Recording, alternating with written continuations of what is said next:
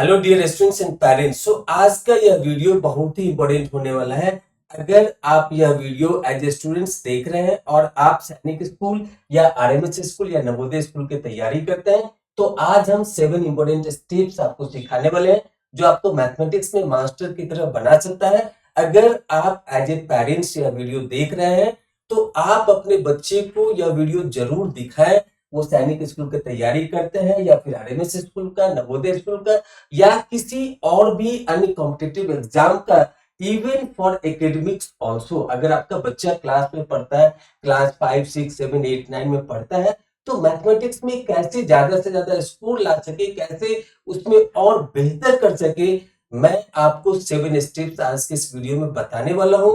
एक एक करके अपनी नोटबुक में उसे नोट करें और अपने दिनचर्या में, अपने डेली रूटीन में उसे जरूर इंप्लीमेंट करें। मेरा उम्मीद है कि यह वीडियो आपके लिए बहुत ही यूजफुल साबित होने वाला है और आपका बच्चा बहुत ही बेहतरीन किसी भी एग्जाम में कर सकता है, चाहे वो स्कूल का एग्जाम हो, चाहे कोई भी कॉम्पिटिटिव एग्जाम हो। तो चलिए अब हम आपको दिखाते हैं बिना देर किए आगे कि पहले स्टेप में क्या करना चाहिए। सबसे पहले हम आगे जाने से पहले आपको यहाँ पे 3 एग्जाम के लिए दिखाते हैं कि मैथमेटिक्स का क्या इंपोर्टेंस है। तो यहाँ पे मैथमेटिक्स का वेटेज सभी एग्जाम में ज्यादा से ज्यादा दिया जाता है, इसीलिए आप मैथमेटिक्स में अगर आपका स्कोरिंग मैक्सिमम है तो आपका किसी भी एग्जाम में सिलेक्शन का चांसेस बहुत ज्यादा बढ़ जाता है। तो इसलिए हमें यहाँ पे इस वीडियो के माध्यम से आपको बताना चाहते हैं कि सैनिक स्कूल में क्लास 6 के लिए जो नंबर क्वेश्चन पूछे जाते हैं वो 50 क्वेश्चन पूछे जाते हैं और एक क्वेश्चन का वेटेज 3 मार्क्स का होता है। तो इसके हिसाब से 50 इंटू 3 150 का मैक्सिमम मार्क्स होता है उस पेपर में। बाकी जो सब्जेक्ट होते हैं जैसे जनरल नॉलेज हो गया, इंटेलिजेंसी हो गया, इंग्लिश हो गया, वहां पे एक क्वेश्चन का वेटेज जो दिया जाता है वो वहां पे 2 मार्क्स का दिया जाता है। तो आउट ऑफ 300 सिर्फ मैथमेटिक्स आपका 150 मार्क्स का होता है, इसीलिए इस सब्जेक्ट का इंपोर्टेंस सबसे ज्यादा है किसी भी एग्जाम के लिए। तो यहाँ पे 150 मार्क्स इसका मैक्सिमम मार्क्स हो गया। And out of 300 in Sainik school for class 6 there is the weightage given 50% to the mathematics as per the marks. तो यहाँ पे 50% मतलब 300 में 150 मार्क्स, 150 मार्क्स मैथमेटिक्स से पूछा जा रहा है। इसलिए हमने बताया कि ये 50% वेटेज है टोटल पेपर का और इसमें क्वालिफाई होने के लिए इच सब्जेक्ट में 25% होना चाहिए। तो यहाँ पे मैथमेटिक्स में भी 25% होना कंपलसरी है। तो 150 का 25% आप निकाल लीजिएगा, उतना मिनिमम मार्क्स होना चाहिए। इसमें जितना ज्यादा से ज्यादा स्कोर करेंगे उतना ही ज्यादा सिलेक्शन का चांसेस आपका आपका बच्चे का बढ़ जाता है। तो यहाँ पे नेक्स्ट है Rashtriya military school which is called as a RMS. तो इनका कॉमन एंट्रेंस टेस्ट होता है, वो आरएमएस सीईटी के नाम से जाना जाता है।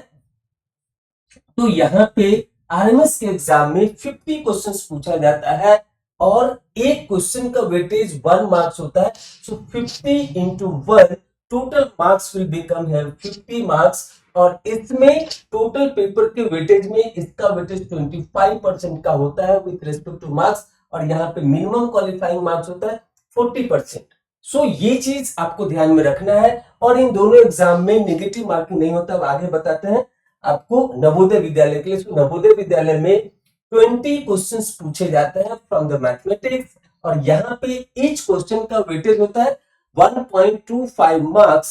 तो उसके हिसाब से टोटल मार्क्स हो गया 25 और 100 मार्क्स का पेपर होता है। तो 25 मार्क्स में आपको यहाँ पे इसका वेटेज हो गया एज पर द मार्क्स 25% और यहाँ पे मिनिमम क्वालिफाइंग मार्क्स है 7 मार्क्स। तो ये चीज अगर आप एग्जाम देते हैं, जैसे जो भी बच्चा फॉर्म भरता है सैनिक स्कूल का वो मिलिट्री स्कूल के लिए भी भरता है, वो फिर नवोदय विद्यालय के लिए भी भरता है। तो ये जो हम आज की वीडियो में बता रहे हैं कॉमन सभी एग्जाम में रूल लागू होता है और यहाँ पे उसकी स्ट्रेटजी हम आपको बताने वाले हैं। तो वो स्ट्रेटजी आप अपने एकेडमिक्स में भी यूज कर सकते हैं या इसके अलावा और भी कोई एग्जाम देते हैं तो हर एक जगह पे इस स्ट्रेटजी को आप यूज कर सकते हैं और उसके कारण आप अपने मार्क्स को मैक्सिमाइज कर सकते हैं। तो अब देखते हैं नेक्स्ट। नेक्स्ट है हमारा सैनिक स्कूल क्लास 6 सिलेबस मैथमेटिक्स। तो यहाँ पे एज ए स्टेप 1 हमने स्पेसिफाई किया first of all note down syllabus and go through it. तो यहाँ पे हमने एज एग्जाम्पल क्लास 6 के लिए लिया है। आप चाहे तो क्लास 9 के स्टूडेंट्स है तो वहां पे भी सेम चीज लागू होता है। अगर इसके अलावा और भी कोई कॉम्पिटिटिव एग्जाम देते हैं उसमें भी ये चीज लागू होती है कि सबसे पहले आप जो भी उनका ऑफिशियल वेबसाइट है वहां से आप उस टॉपिक्स को अपने नोटबुक में सबसे पहले लिखिए कि आपको क्या क्या पढ़ना है। सबसे पहले ये हमें पता होना चाहिए क्या पढ़ना है क्या नहीं पढ़ना है। तो जो पढ़ना है उसको as per the syllabus exam के हिसाब से आप नोट करिए। यहाँ पे ये कॉमन वीडियो है। तो नॉर्मली सैनिक school RMS school Navodaya Vidyalaya का लगभग सेम सिलेबस होता है, इसलिए हमने यहाँ पे एज एग्जाम्पल सैनिक स्कूल क्लास 6 का मैथमेटिक्स का टॉपिक्स हमने यहाँ पे लिखा है। तो आप भी इसको नोट डाउन कर सकते हैं। तो पहला है नेचुरल नंबर्स, दूसरा है एलसीएम एंड एचसीएफ, तीसरा है यूनिटरी मेथड, चौथा टॉपिक है फ्रैक्शंस, ये पांचवा टॉपिक है रेशियो एंड प्रोपोर्शन, छठा टॉपिक है प्रॉफिट एंड लॉस और सातवां टॉपिक है सिंप्लीफिकेशन, आठवां टॉपिक है एवरेज, नौवां टॉपिक है परसेंटेज, दसवां टॉपिक है एरिया एंड पेरीमीटर और यहाँ पे 11 टॉपिक है सिंपल इंटरेस्ट एंड 12 टॉपिक है लाइन एंड एंगल्स। तो इस तरीके से और भी है जो आगे के स्लाइड में आपको दिखेगा। तो सबसे पहले एज पर द स्टेप 1 आप जो भी सिलेबस है उसको बिट वाइज टॉपिक वाइज वहां पे उसको लिखिए। पहले पूरे चैप्टर वाइज जो भी है वहां पे सबसे पहले उसको बारीकी से लिखिए, एक भी टॉपिक छूट नहीं पाए। Note down the syllabus and go through it. उसका स्टेप 2 क्या करता है, complete each chapter topic wise and make a master notebook. तो मेरा यहाँ पे कहने का मतलब ये है कि जैसे भी आपने ये टॉपिक्स को लिख लिया उसके बाद जब आप यहाँ पे चैप्टर वाइज पढ़ाई करते हैं तो एक चैप्टर के अंदर बहुत सारे सब टॉपिक हो सकते हैं। तो आप जैसे नेचुरल नंबर में नेचुरल नंबर क्या होता है, नेचुरल नंबर क्या होता है, इसकी क्यों जरूरत पड़ी, कहां से आया, नेचुरल नंबर होने के लिए उसके कंडीशंस क्या होना चाहिए, ये सारा चीज आप अपने मास्टर नोटबुक में लिखेंगे। सिमिलरली एलसीएम एचसीएफ में क्या अंतर होता है, एलसीएम क्या होता है, एचसीएफ क्या होता है, इसकी क्या जरूरत पड़ी, ये सारा चीज आप अपने नोटबुक में लिखेंगे और वहां पे बुक का हेल्प लेंगे, इंटरनेट के माध्यम से, यूट्यूब के माध्यम से, अपने टीचर के माध्यम से आप हर एक चीज का बारीकी से वहां से एक्सट्रैक्ट करके रफ में आप पहले लिखिए। उसके बाद फेयर कॉपी में आप अपने मास्टर नोटबुक में इसके बारे में जरूर लिखिए।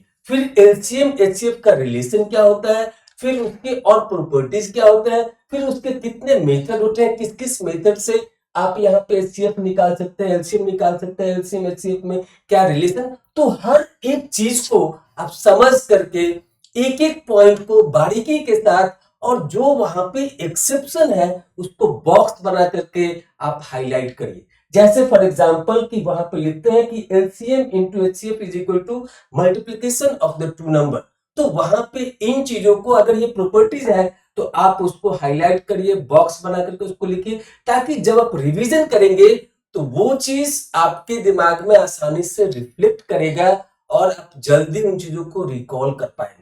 तो मास्टर नोटबुक एक मास्टर स्ट्रोक की तरह काम करेगा आपका, ये सबसे पहले बनना चाहिए।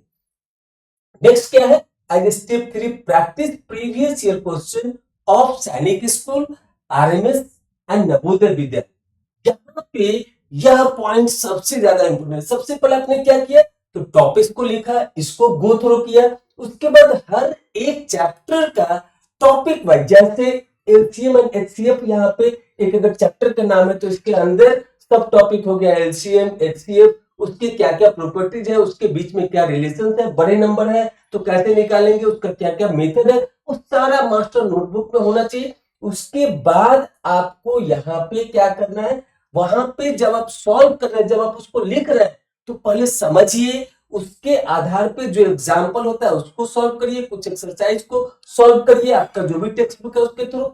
उसके बाद जब आप इस टॉपिक को सीख लेते हैं, एक बार आपने सीख लिया समझ लिया, उसके बाद आप प्रीवियस ईयर पेपर को सॉल्व करिए।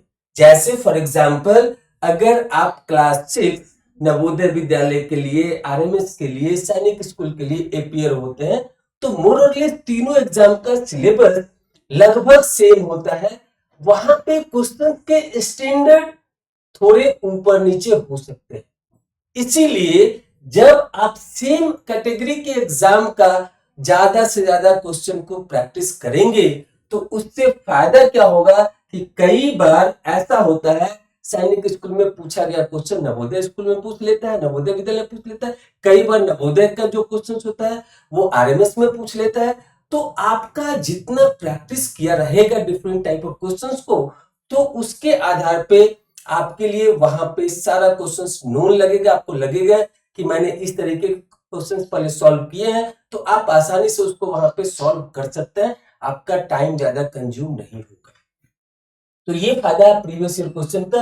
हर एक क्वेश्चन को हर एक क्वेश्चन को पिछले 25 साल का क्वेश्चन आप सॉल्व करिए, या जितना आपके पास अवेलेबल है आप पूरा का पूरा सॉल्व करिए उसको, टॉपिक वाइज, चैप्टर वाइज। और जब आप प्रैक्टिस करते हैं तो पहले समझने के टाइम पे पूरा टाइम दीजिए।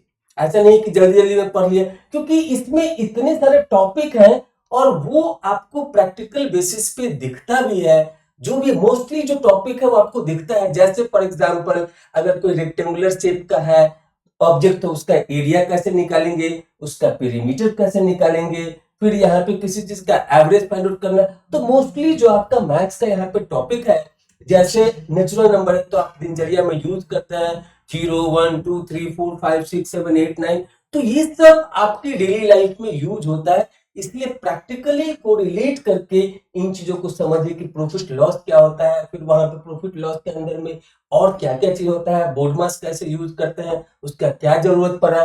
तो यहाँ पे जैसे अगर आप प्रॉफिट लॉस की बात करें, परसेंटेज की बात करें, तो यहाँ पे परसेंटेज क्यों जरूरत पड़ा, फिर प्रॉफिट लॉस में वहां पे प्रॉफिट कैसे निकालते हैं, लॉस क्यों होता है, फिर वहां पे कॉस्ट प्राइस क्या होता है, फिर उसके बाद गेन क्या होता है। तो ये सारी चीजों को आप हर एक चीज को प्रैक्टिकली समझे कि सेल्स प्राइस क्या होता है, कॉस्ट प्राइस क्या होता है, अगर किसी तरीके का खर्च आ गया वो कहां पे जाके जुड़ेगा, अगर कुछ लॉस हो गया तो उसका इंपैक्ट कहां पे पड़ेगा। तो ये सारा प्रैक्टिकल चीज है। जैसे फॉर एग्जांपल आपने कोई सेकेंड हैंड बाइसिकल खरीदा और वहां पे आपको वो बाइसिकल ऐसा कंडीशन में नहीं है कि उसको यूज किया जा सके, तो आपको वहां पे रिपेयर करवाना पड़ेगा या करना पड़ेगा। रिपेयर पे वहां पे कुछ कॉस्ट आएगा, वो कॉस्ट कहां पे जाके जुड़ेगा। फिर उसके बाद अगर आप उसको रिपेयर करके फिर बेचते हैं तब जाके कुछ आपको फायदा होगा। तो ये सारे सिचुएशंस आपको प्रैक्टिकली पढ़ने के टाइम पे, समझने के टाइम पे समझना जरूरी है, ताकि जब आप उसको इंप्लीमेंट करें प्रॉब्लम सॉल्व करने के टाइम पे वो सारा चीज प्रैक्टिकली रिकॉल हो जाए और आप उसको प्रॉब्लम के साथ आसानी से कनेक्ट कर सके। तो वहां पे आपको काफी आसान हो जाएगा। सो प्रीवियस ईयर क्वेश्चन अगर आप सैनिक स्कूल का दे रहे हैं तो आप आरएमएस का भी प्रैक्टिस करिए, नवोदय का भी प्रैक्टिस करिए। और इवेंचुअली क्या होता है कि जो भी बच्चे सैनिक स्कूल के लिए अपेयर होते हैं वो आरएमएस का भी फॉर्म भरते हैं, नवोदय का भी फॉर्म भरते हैं। अगर आप नहीं भी भरते तो आप तीनों एग्जाम का जो मैथ्स का क्वेश्चन है उसको 100% प्रैक्टिस करिए, पूरे क्वेश्चंस को अच्छे से बनाइए। नेक्स्ट क्या है, review your mistakes and correct it. जब आप प्रीवियस ईयर के क्वेश्चन को प्रैक्टिस करने के लिए जाते हैं तो कई बार बच्चों का आदत होता है वो पीछे पलट के तुरंत तुरंत आंसर देखते रहते हैं। ये आदत नहीं होना चाहिए। आप जैसे अगर सैनिक स्कूल के पेपर को सॉल्व कर रहे हैं तो वहां पे अगर 1 से लेकर के 50 तक क्वेश्चन है, आप पहले उसको 1 से लेकर के 50 तक के क्वेश्चन को पूरे को सॉल्व करिए। सॉल्व करने के बाद आप देखिए कि वहां पे जब आप क्वेश्चन का आंसर से मैच करेंगे तो क्या क्या मिस्टेक्स हुआ है। जो मिस्टेक्स हुआ है उसको फिर आप रिकॉल करिए, वहां पे मैच करिए कि ये मिस्टेक क्यों हुआ, आपने क्या गलती किया। तो इसीलिए उस क्वेश्चन के सामने review your mistakes and correct it. तो आपने क्या क्या वहां पे कैलकुलेशन मिस्टेक था, क्या आपने जो फॉर्मूला यूज किया वो सही नहीं था, क्या आपने क्वेश्चन को सही से पढ़ा नहीं इसलिए गलती हो गया। तो किस टाइप के मिस्टेक्स आपसे हुए हैं वो मिस्टेक का टाइप भी वहां पे लिखिए, और उस क्वेश्चन के सामने क्या आपसे मिस्टेक हुआ उसको जरूर लिखिए। और यहाँ पे मेरा सलाह है, मेरा एडवाइस है कि पहले आप पूरा करने से पहले, जैसे फॉर एग्जांपल आपने एलसीएम एंड एचसीएफ टॉपिक पढ़ा, नेचुरल नंबर्स पढ़ा, यूनिटरी मेथड पढ़ा, फ्रैक्शन पढ़ा, तो इन टॉपिक पे जो क्वेश्चन पूछा गया है डिफरेंट डिफरेंट एग्जाम में, तो जब आप यहाँ पे टॉपिक को पढ़ रहे हैं, चैप्टर को गो थ्रू कर रहे हैं, उसी समय साथ साथ उसको बनाते जाइए और उस समय टाइम दीजिए। वहां पे कोई हड़बड़ी नहीं, उस समय सीखने के टाइम पे पूरा टाइम दीजिए। लेकिन जब आप प्रैक्टिस करने के लिए जाते हैं पूरा कंप्लीट पेपर को, तो आपको टाइम का ध्यान रहना चाहिए कि प्रैक्टिकल एग्जाम कितने टाइम का होता है, सैनिक स्कूल का एग्जाम कितने देर के लिए होता है, फिर नवोदय विद्यालय कितने देर के लिए होता है, फिर आरएमएस का एग्जाम कितने देर के लिए होता है। तो उस टाइम के हिसाब से अब मैथ्स में कितना टाइम उसमें देना चाहिए, तो वो टाइम में ही आपको पूरा पेपर को फिनिश करना है। तो उसके हिसाब से फिर आपका चीज वहां पे इंप्रूव होगा। और जब आप इसको रिव्यू करेंगे अपने मिस्टेक्स को, तो फिर बार बार वो चीज गलतियां नहीं होगा, ये लिखने से होगा। नहीं लिखेंगे अपने नोटबुक में इस चीज को नहीं नोट करेंगे, तो आपका ये चीज आपके साथ ही रह जाएगा और वो चीज एग्जाम में भी हावी होगा और वहां आपके मार्क्स के ऊपर इंपैक्ट होता है। क्योंकि कई बार ऐसा होता है कि आप पढ़ते कुछ और है, दिमाग आपका कैलकुलेट कुछ और करता है और आप जाकर के आंसर कुछ और कर देते हैं। तो ये सिंक्रोनाइजेशन होना बहुत जरूरी है कि जब भी आप क्वेश्चन को पढ़ते हैं उसका वर्ड वाइज पूरे क्वेश्चन को अच्छे से पढ़िए, उसका क्या नंबर है, क्या डेटा है। क्योंकि एक एक मिस्टेक के कारण वहां पे आपके मिस्टेक की टेंडेंसी को एग्जामिनर जानता है कि आप जल्दीबाजी में क्या मिस्टेक कर सकते हैं और उसके अकॉर्डिंग ऑप्शन भी दिया रहता है। तो आपको लगेगा हाफ ऑफ द वे कि ये तो मेरा आंसर आ गया, आप वहां पे उसको ओएमआर को कलर भी कर देते हैं, लेकिन वो चीज सही नहीं होता है। इसीलिए जो आप पढ़ रहे हैं, आपका प्रोसेसर, आपका माइंड उसी चीज को करेक्टली प्रोसेस करना चाहिए और आपका हाथ उसी डेटा को कैलकुलेट करना चाहिए। कई बार ऐसा होता है क्वेश्चन में लिखा कुछ और होता है, माइंड कुछ और सोच रहा होता है और वहां पे कैलकुलेशन कुछ और होता है और उसके कारण से आप बार बार गलतियां कर बैठते हैं। तो यहां पे उस चीज को करेक्ट करने के लिए आपका सिंक्रोनाइजेशन होना बहुत जरूरी है कि जो लिखा है आपका माइंड, आपका आई वही पढ़े, आपका माइंड उसी डेटा को इंटरप्रेट करे और आपका हाथ उसी डेटा को कैलकुलेट करे और जो सही आंसर आता है उसी को ओएमआर शीट में कलर करे। तो ये सिंक्रोनाइजेशन होना जरूरी है। ये तभी होगा जब आप ये प्रैक्टिस करेंगे। स्टेप 4 बहुत ही ज्यादा इंपॉर्टेंट है, आप करके देखो। आप 5 साल का पेपर करो और ये मेरे सारे प्रोसेस को फॉलो करो, आपको इंप्रूवमेंट दिख जाए। अब चलते हैं नेक्स्ट। नेक्स्ट है, ये भी क्लास 6 के मैथमेटिक्स का रिमेनिंग टॉपिक्स है। तो यहाँ पे टोटल 25 टॉपिक्स है। तो यहाँ पे complementary and supplementary angle, conversion of units, Roman numerals. तो रोमन न्यूमरल्स में क्या क्या बेसिक्स होता है, 1 को डिनोट करने के लिए क्या चाहिए होता है, 2 के लिए क्या चाहिए होता है। तो जो बेसिक नंबर है, जैसे हमारा जो नॉर्मल नंबर होता है 0 to 9, सो कोई भी आपका नंबर जो डिजाइन होता है इसी 0 to 9 जो 10 डिजिट है इसी से बनता है। उसी तरीके से रोमन में भी एक बेसिक नंबर्स होता है, उसका वैल्यू आपको पता होना चाहिए। तो ये सारा चीज आप नोट्स में लिखेंगे। फिर उसके बाद अगर कोई नंबर दिया हुआ है रोमन में तो उसका न्यूमरल वैल्यूज क्या होगा, उसके रूल अगर आपको पता है तो आप आसानी से कर सकते हैं बिना किसी मिस्टेक के। तो मेरा कहने का मतलब है कि हर एक टॉपिक का आपको पहले रूल पता होना चाहिए, उसका बेसिक्स पता होना चाहिए, उसका यूजेस पता होना चाहिए, उसका क्या क्या एक्सेप्शन है, क्या क्या रूल्स है, उस सबको हाईलाइट करके आप पहले दिमाग में सेट करेंगे और सीखेंगे प्रैक्टिकली। मैथमेटिक्स बहुत ही लॉजिकल चीज होता है। लॉजिक के साथ आपको बहुत कुछ रटने का, बहुत कुछ याद रखने की जरूरत नहीं पड़ेगा। आपके पास अगर कॉन्सेप्ट एक बार बन गया तो आप उन चीजों को कहीं पे भी इंप्लीमेंट कर सकते हैं। जैसे फॉर एग्जाम्पल, इस सर्कल का एरिया पाई आर स्क्वायर होता है, तो हाफ सर्कल का एरिया क्या होगा, तो लॉजिकली सीधा उसका आधा हो जाएगा। तो इस तरीके से अगर आपको बेसिक चीजें पता है तो आप उसके डेराइव्ड चीज आसानी से लॉजिकली आपका माइंड उसको कैलकुलेट कर लेता है और ये चीज प्रैक्टिस से आता है।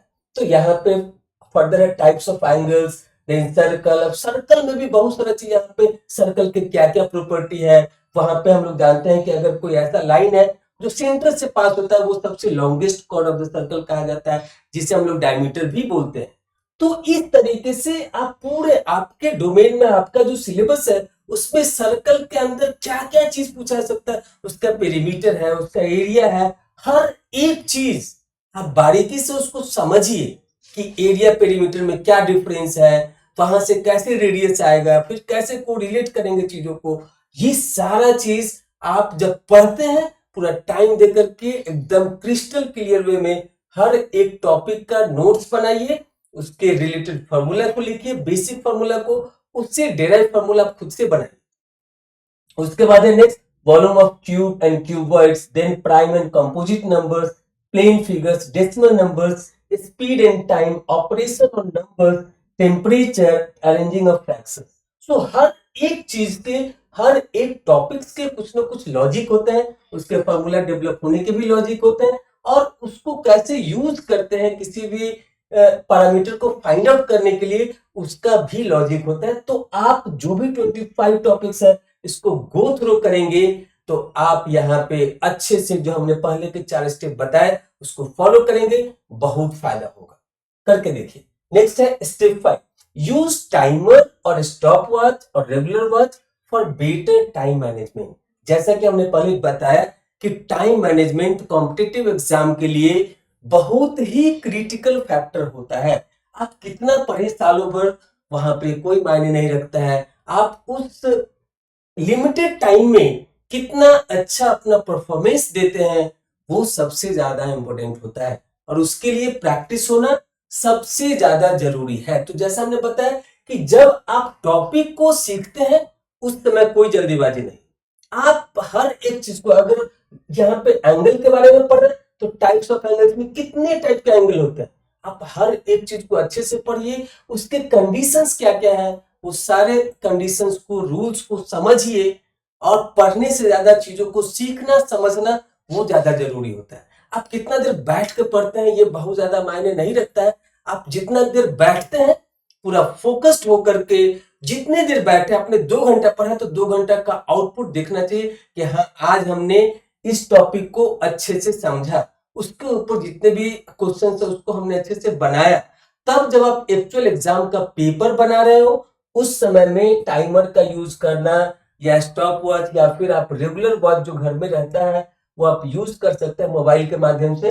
तो इससे आपको टाइम मैनेज करने की आदत बन जाएगी और आप लिमिटेड टाइम में बहुत अच्छा परफॉर्मेंस दे सकते हैं।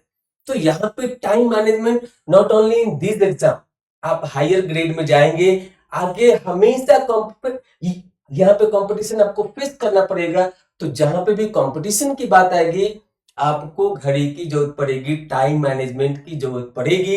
अगर टाइम मैनेजमेंट बेहतर नहीं है तो आपका आउटपुट अच्छा नहीं हो सकता। तो वहां पे एग्जाम फोबिया को दूर करने के लिए आप एग्जाम से पहले जितना ज्यादा से ज्यादा मेहनत करेंगे ये सब चीज को यूज करके उतना ज्यादा उस समय आसान रहेगा। नेक्स्ट है step 6, revise master note on the regular basis. यह पॉइंट सबके लिए बहुत बड़ा ब्रह्मास्त्र है, क्योंकि जब आप पढ़ते हैं, जब आप 20वें टॉपिक पे होते हैं तो आप 15वें टॉपिक का फॉर्मूला भूल जाते हैं, 10वें टॉपिक का फॉर्मूला भूल जाते हैं। वो इसीलिए भूलते हैं, अगर आप रटने की आदत से पढ़ेंगे तो आप भूलेंगे, अगर आप समझ के पढ़ेंगे तो आप नहीं भूलेंगे। इसीलिए किसी भी चीज को समझिए, तब उसके बाद लिखिए, तब उसको इंप्लीमेंट करिए, तब उसको याद करिए, और उस नोट्स को एज ए ह्यूमन बीइंग आप 20, 25, 30 दिन के बाद चीजें धीरे धीरे दिमाग से हटने लगता है। तो उन चीजों को रिकॉल करने के लिए आप हर एक टॉपिक को, हर एक सब्जेक्ट को रेगुलर बेसिस पे, क्योंकि आपको टाइम जैसे जैसे रिवीजन आपका बढ़ेगा आपका टाइम धीरे धीरे कंजम्पशन वो रिड्यूस होते जाएगा।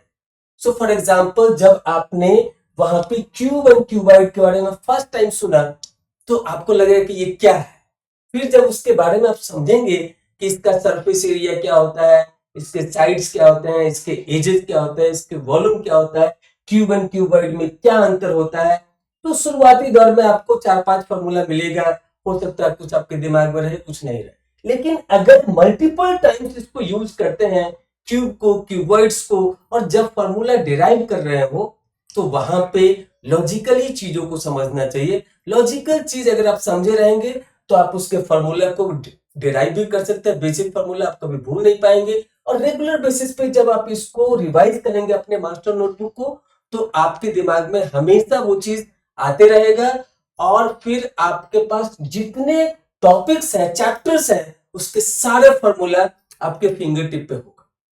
तो इसीलिए मास्टर नोटबुक का रिवीजन रेगुलर बेसिस पे, जैसे फॉर एग्जांपल कि आप महीने में या 15 दिन में संडे का 2 घंटा मैथमेटिक्स के रिवीजन के लिए रखा, वहां पे उस समय तक आपका 1 to 10 चैप्टर्स कंप्लीट हो गया है। तो 1 to 10 चैप्टर्स के जितने फॉर्मूलाज हैं, आप उसको एक बार अच्छे मन से, शांत मन से उसको रिवाइज कर लीजिए। उसके बेसिस पे कुछ कुछ क्वेश्चंस को बना लीजिए। फिर आपका जब लास्ट लास्ट वीक होता है मंथ का, तो फिर वहां पे आपने फिर से, उस समय हो सकता है कि आपका 15वां चैप्टर चल रहा हो, तो बाकी के 1 से लेकर के 15 चैप्टर तक का पूरे फॉर्मूला को फिर से रिवाइज कर लिए। तो जब एक ही चीज को बार बार रिवाइज करेंगे, तो ये साइंटिफिक रीजन है कि आपके माइंड में जो मेमोरी मैपिंग होता है, उस मेमोरी में जाकर के वो अपने इमेजेस को क्रिएट करता है और फिर आप उसको भूल नहीं पाते हैं, और फिर उसके बाद बार बार रिवीजन करने की जरूरत नहीं पड़ती है, क्योंकि आप इतना बार रिवाइज कर लिए होते हैं कि सारा फॉर्मूला आपके फिंगर टिप पे आ जाता है। नेक्स्ट क्या है? Step 7, before the actual exam pick full length test. यह सबसे ज्यादा जरूरी है। सबसे पहले हमने बताया कि आप मैथमेटिक्स का तैयारी करिए, क्योंकि इसका वेटेज हर एक एग्जाम में सबसे ज्यादा होता है। उसके बाद आप ये, इसके साथ में रीजनिंग है, जिसको इंटेलिजेंस भी बोला जाता है, फिर उसके बाद इंग्लिश है, फिर उसके बाद जनरल नॉलेज है। तो ये सारे सब्जेक्ट को आप इसी तरीके से तैयारी कर सकते हैं। मेथड सेम है, मेथड सेम है। इसके जो 7 स्टेप्स हमने बताया, वो सारी चीज सेम है, बस सब्जेक्ट अलग अलग है, उसके वेटेज थोड़े अलग अलग है, थोड़ा सा स्ट्रेटेजिकली चेंजेस हो सकता है, लेकिन बाकी चीज आप फॉलो कर सकते हैं। तो जब वो सारा सब्जेक्ट आपका पूरे फुल लेवल पे आ जाए, मतलब पूरा ready to give the exam है, तो उस टाइम पे आपको कम से कम 4-5 मॉक टेस्ट देना चाहिए। अगर आप मॉक टेस्ट नहीं दे पा रहे, तो आप प्रीवियस ईयर के पेपर को, फुल पेपर को सॉल्व करें। जैसे अगर 1 से लेकर के 125 तक का क्वेश्चन है, तो पूरे पेपर को आप सॉल्व करिए वहां पे बैठ करके। अगर आप नए टाइप के पेपर को सॉल्व कर पाते हैं, बहुत सारे कोचिंग वाले टेस्ट सीरीज स्टार्ट करते हैं, तो अगर आप टेस्ट सीरीज दे पाते हैं, वहां पे मॉक टेस्ट दे पाते हैं, तो वो आपका टाइम मैनेजमेंट, एग्जाम फोबिया को दूर करेगा। और अगर आप इतने अच्छे से ये सारा चीज को फॉलो कर लेते हैं, तो आपको एग्जाम में, मैथमेटिक्स में, पूरे एग्जाम में मैक्सिमम स्कोर करने से कोई नहीं रोक सकता है, और आप बहुत ही टॉप में आएंगे, और कहीं पे भी सिलेक्शन आपका आसान हो जाएगा। इसीलिए हम बोलते हैं कि ट्रेनिंग जितना टफ होगा, ट्रेनिंग जितना टफ होगा, ट्रेनर जितना टफ होगा, आपका सिलेक्शन उतना ही आसान होगा। तो इसीलिए अपनी ट्रेनिंग को पूरे टफ लेवल पर रखिए, एकदम हार्ड वर्क करिए। आपका ट्रेनर भी उसी हिसाब से टफ होना चाहिए जो आपको ट्रेन करता है।